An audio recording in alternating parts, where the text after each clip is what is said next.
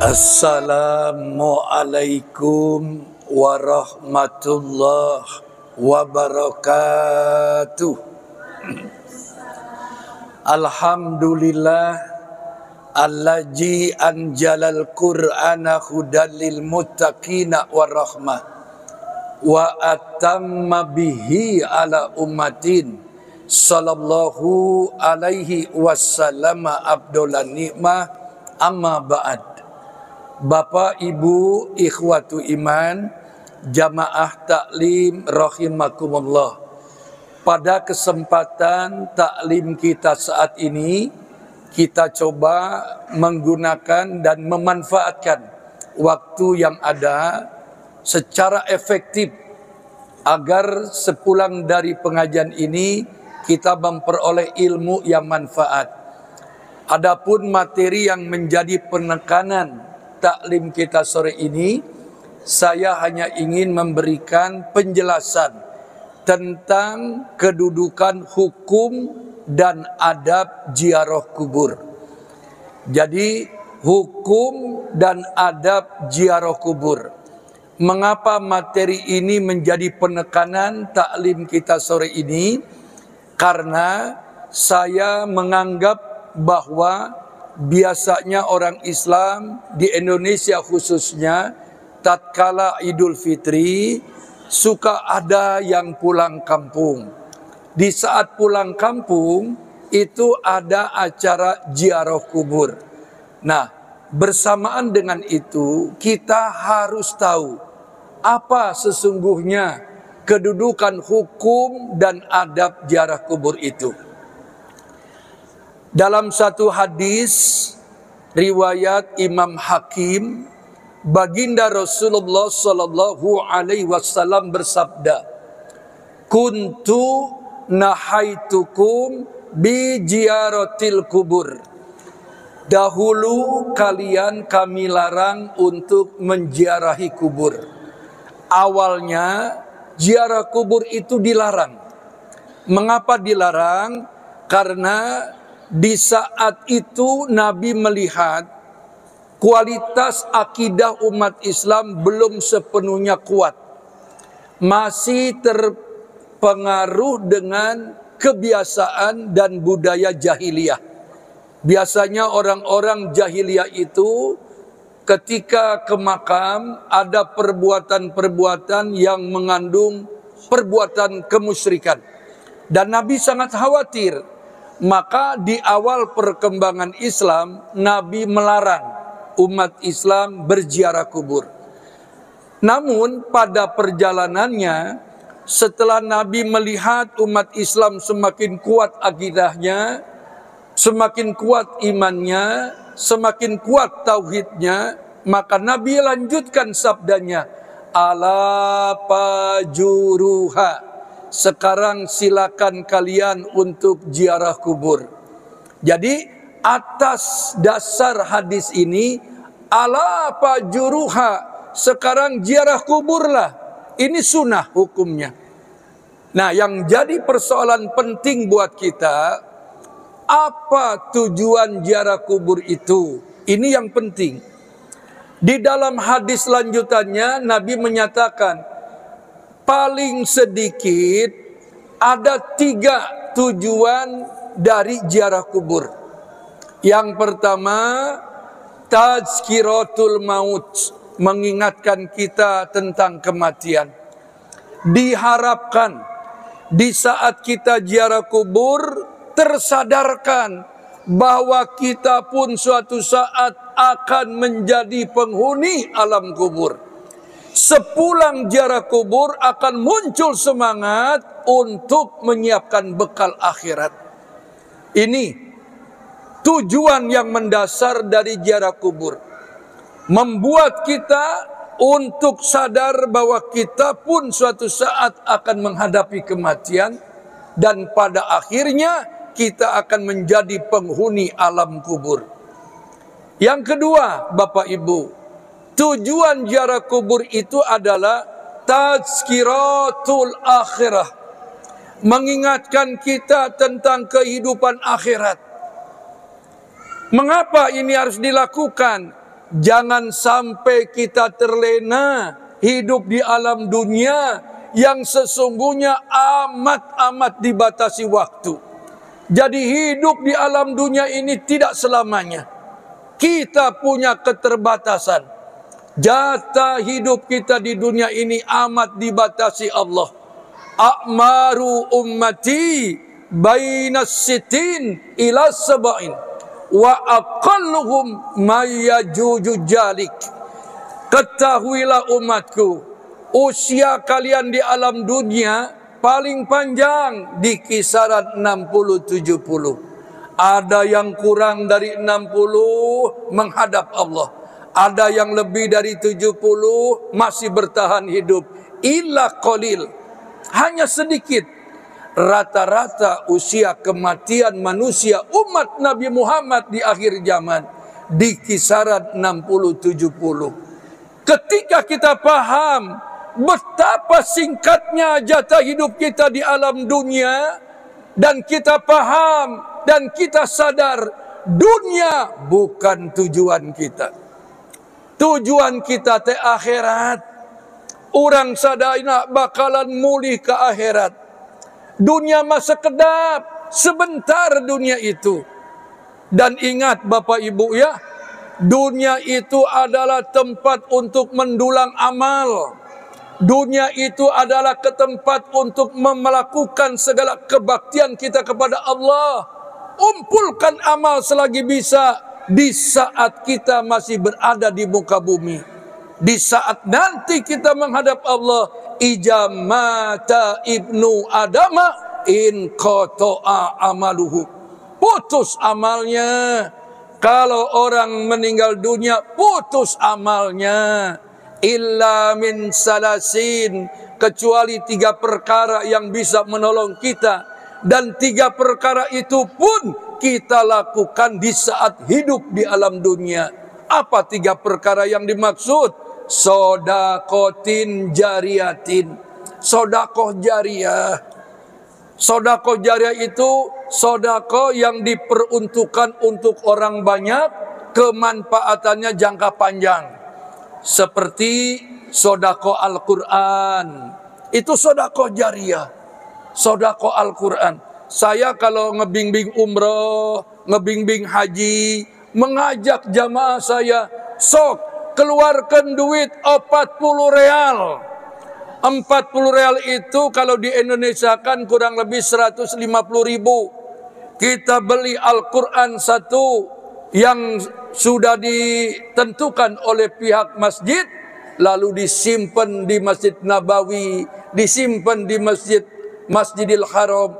Maka kita pulang ke Indonesia, kita tidak punya pengetahuan sedikit pun. Al-Quran yang kita sedekahkan di Masjid Nabawi, Al-Quran yang kita sedekahkan di Masjidil Haram, oleh umat Islam seluruh dunia, sepanjang dunia masih bergerak, sepanjang dunia masih berputar, orang-orang yang berkunjung melalui ibadah haji, melalui ibadah umrah, kita tidak tahu mereka membaca Quran, dan Quran yang dibacanya itu yang kita sedekahkan. Terus kalau kita sudah meninggal dunia, ngocor terus. Jamaah haji nu maca Quran, Quran nasi horeng teh sedekah ti urang.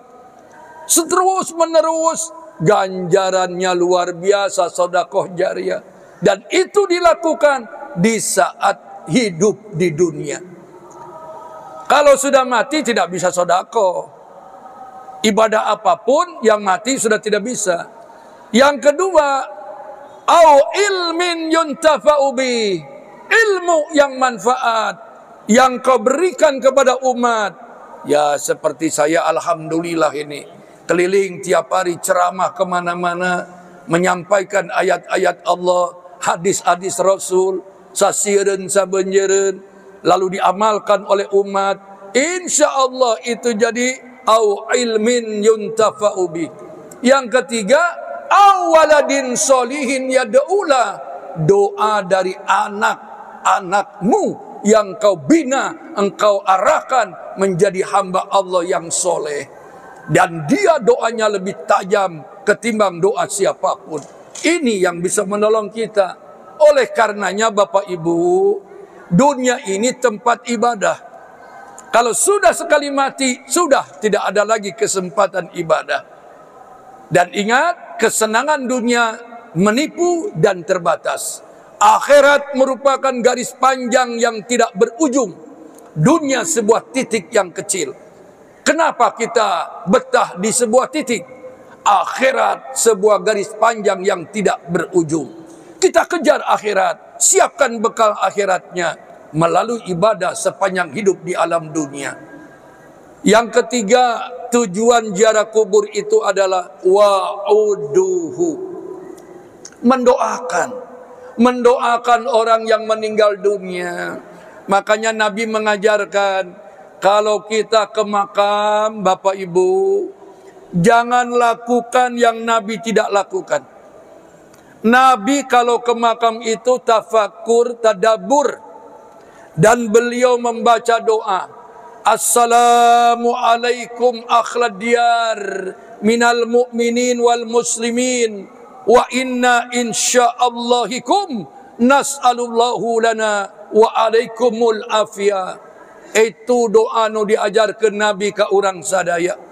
Kalau kita membaca doa itu di makam orang-orang Islam, insyaallah ruh-ruh orang Islam yang sudah puluhan tahun, ratusan tahun, mereka diizinkan Allah ruhnya muncul ke permukaan dunia seraya mengaminkan doa-doa kita.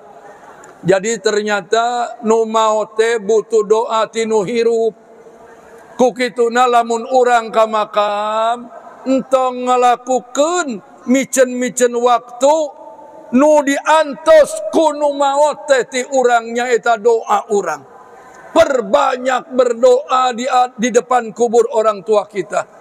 Dan di dalam berdoa untuk orang tua kita, kerabat kita, jangan memaksakan pakai bahasa Arab. Berdoalah pakai bahasa yang kita pahami. Saya pun begitu. Kolaborasi Indonesianya ada, bahasa Arabnya ada. Dan jangan sebentar kalau berdoa di atas kubur orang tua kita. Apalagi makam orang tua kita ada di kampung, di Lembur, apakah di Tasik, di Garut, di Ciamis. Hari orang tinggal di Bandung, pulang ke Lembur, ngadoakeun ngan 5 menit lebar. Sing lami ngadoa teh. Inung bapak urang teh ngantosan doa langsung di luhur kuburna ti urang sadaya. Berikan yang terbaik kepada orang tua kita. Mereka sudah memberikan yang terbaik sepanjang hidupnya dalam perjalanan kehidupan kita. Maka cara kita mensyukuri dan berterima kasih kepada orang tua kita yang sudah ada di alam barzah, doakeun. Sekali deh doakeun. Entong sakedap sing lami minimal 30 menit. Ya Allah, di alam kubur ini ada bunda hamba. Ya Allah, di alam kubur ini ada bapa hamba. Ampuni dosa dan kesalahannya, luaskan alam kuburnya, muliakan keberadaannya, bangkitkan pada hari berbangkit nanti, menjadi ikutan nabimu yang mulia. Ya Allah, pertemukan kami di akhirat dalam naungan ridho dan inayahmu, sambil menangis Bapak Ibu. Jadi ngadoa di atas kuburan orang tua teh, kudu bari cerik, itu menunjukkan ekspresi kadar keseriusan. Jangan kosong jiwa kita waktu berdoa. Itu roh orang tua menatap kita. Entong eren. Ibu haus doa ti anjeun. Maka mohon maaf, baca Al-Quran di atas kuburan. Saya belum menemukan dalil Nabi ke kuburan baca Al-Quran. Surat apapun yang dibaca di atas kubur, maaf, itu kepentingannya bukan untuk yang meninggal, kepentingannya buat yang membaca. Nu maut mah butuh doa ti urang. Makana orang teh lamun di atas kubur teh tong loba macam-macam kegiatan. Langsung baca hamdalah, lengkapi salawat, ngadoa.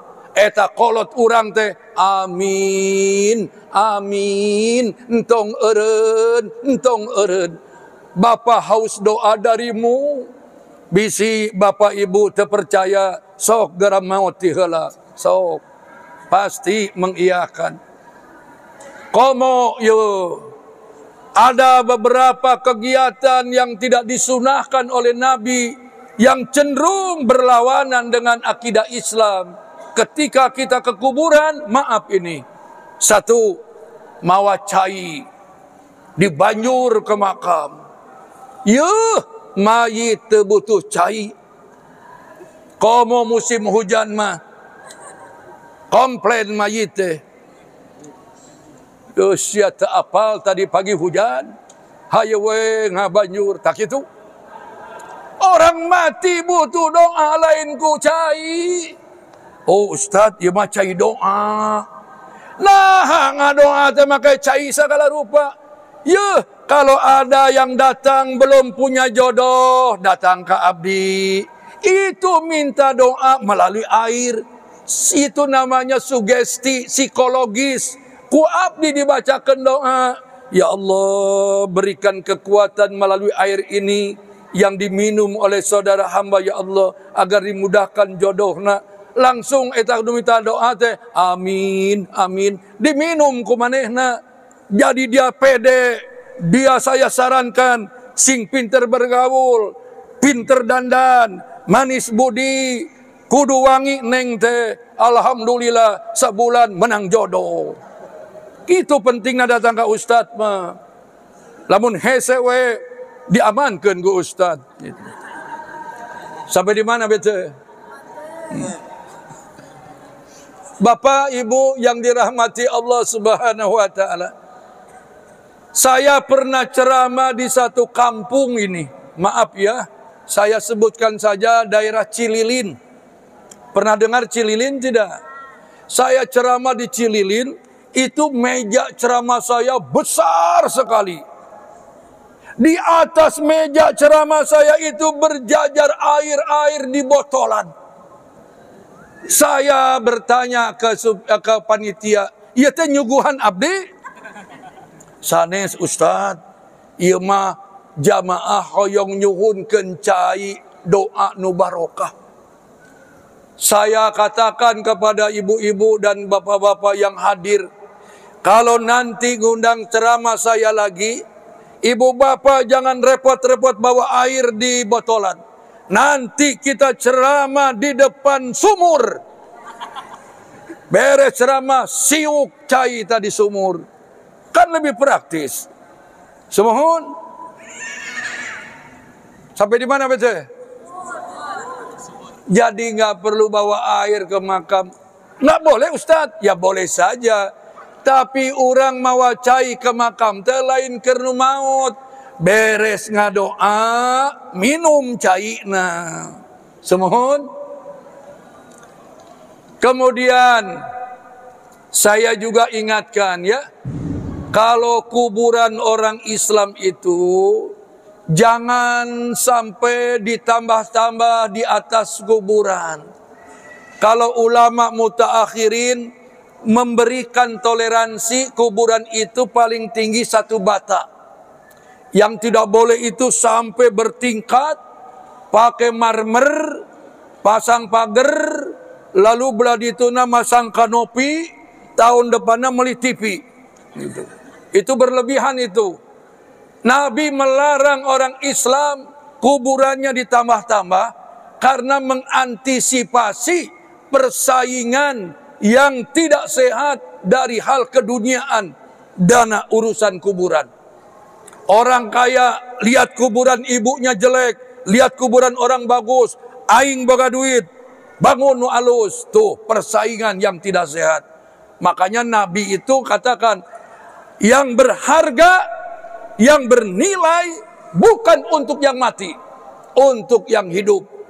Daripada kuburan di marmer, daripada kuburan dipagar pakai besi nu mahal, pakai kanopi, ternu hirup, loba kene nu butuh nu hirup mah. Nu maut mah kajen sederhana oge. Sebata di tengahnya di badan makam dua pilihan, tanami rumput atau butir-butir batu bersih. Batu nisannya yang tidur, jangan yang berdiri batu nisannya. Di batu nisan jangan banyak tulisan, cukup nama, bin, tanggal lahir, tanggal wafat. Tidak perlu nomor handphone dan hobi itu. Karena tidak ada urusan mayit makin nomor handphone, sudah tidak ada jaringan itu. Sampai di mana bete? Nah, Bapak Ibu yang dirahmati Allah Subhanahu wa taala. Makanya saya ingatkan kepada yang hadir, kalau ke makam ada adab-adabnya. Satu, baca doa. Kedua, jangan menginjak badan makam. Kalau darurat, injaklah pinggirnya saja. Ketiga, jangan menduduki badan makam. Komo diuk bari hitut, Masya Allah. Eta mayit ambakna luar biasa. Siah lain ngirim doa ke aing, kalau kan ngirim bekok sia. Oh ambak kita mayit. Sampai di mana bete? Sampai di mana bete? Ya Allah, piraku ngaji sampai di bekok. Ya.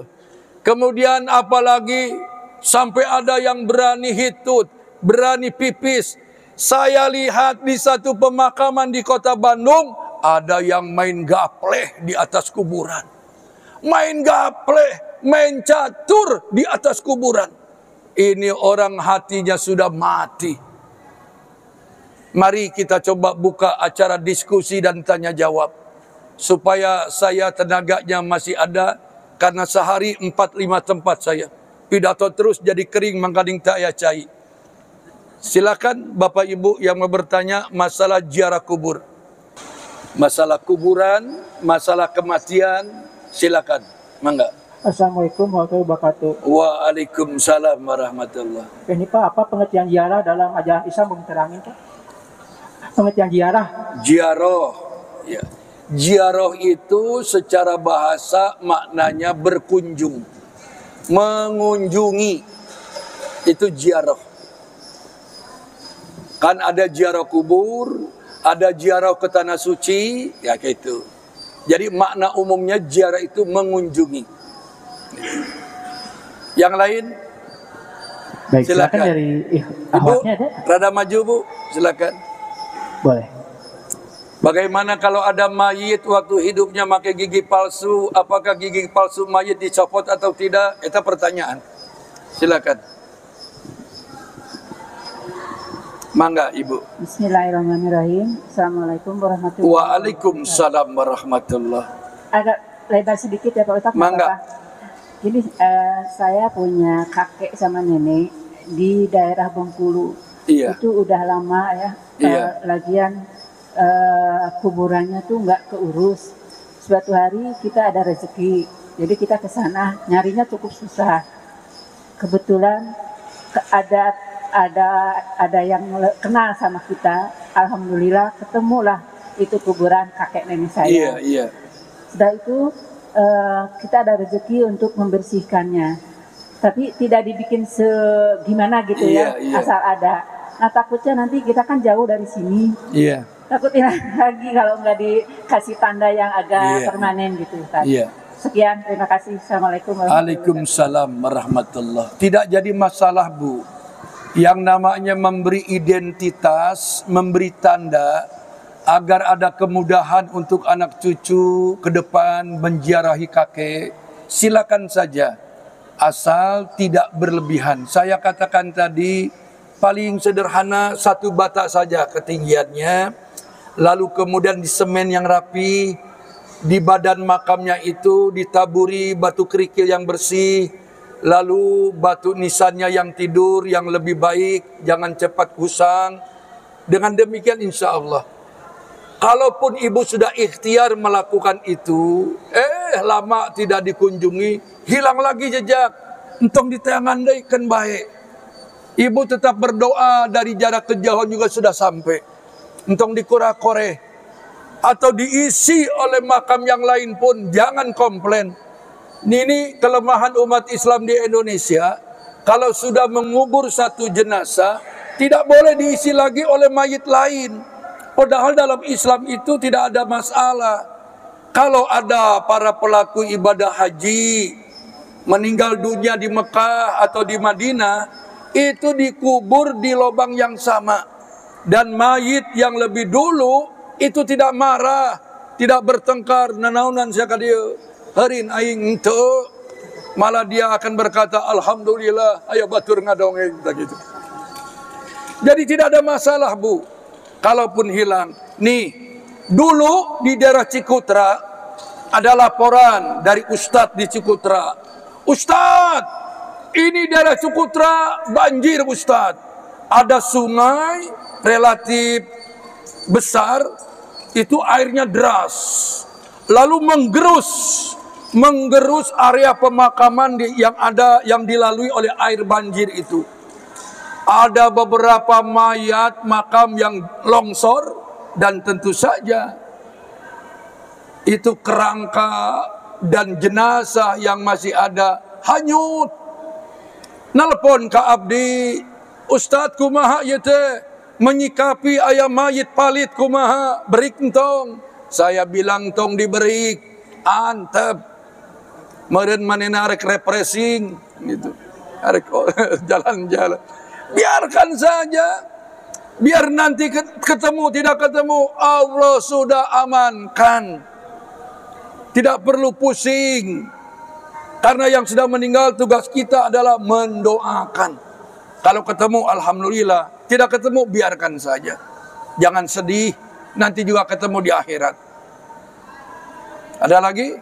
Silakan. Mangga, silakan. Assalamualaikum warahmatullahi wabarakatuh. Waalaikumsalam warahmatullahi. Izin bertanya, Ustaz. Iya. Di YouTube kita melihat atau saya pernah melihat itu ada orang yang uji nyali dengan cara meletakkan handphone di makam. Iya. Kemudian dibiarkan sekian malam atau satu malam, itu ada suara-suara siksaan kubur. Iya. Dan setelah disetel kembali ternyata benar itu ada suaranya. Ini apakah huak atau benar-benar bisa direkam ke siksa kubur ini? Mohon penjelasannya. Atau nuhun. Iya. Terima kasih. Itu orang kreatif dan berani. Cuma kagok kudu nama jeung manehna sekalian di jero kubur teh ngerekamna sekaligus milemkeun. Kendati pun masalah soal kubur itu wilayahnya sudah wilayah goib, tapi kita harus mengukurnya dari iman dan ilmu. Soal kubur itu ada dalilnya, surat ke-40 ayat 46. An-nar yu'raduna 'alaiha guduwa wa asya wa yauma taqumus sya'a adkhilu fa'ala fir'auna as-sadal azab. Itu dalil tentang siksa kubur. Jadi kalau ada sementara majelis taklim, ada ustadz atau narasumber yang mengatakan orang mati sudah tidak ada lagi persoalan di dalam kubur, betul di dalam kubur tidak ada masalah, tapi masalah akan digelar Allah di alam kubur. Kembali kepada pertanyaan, bagaimana kalau ada orang itu menyimpan handphone rekaman recorder ya Pak ya?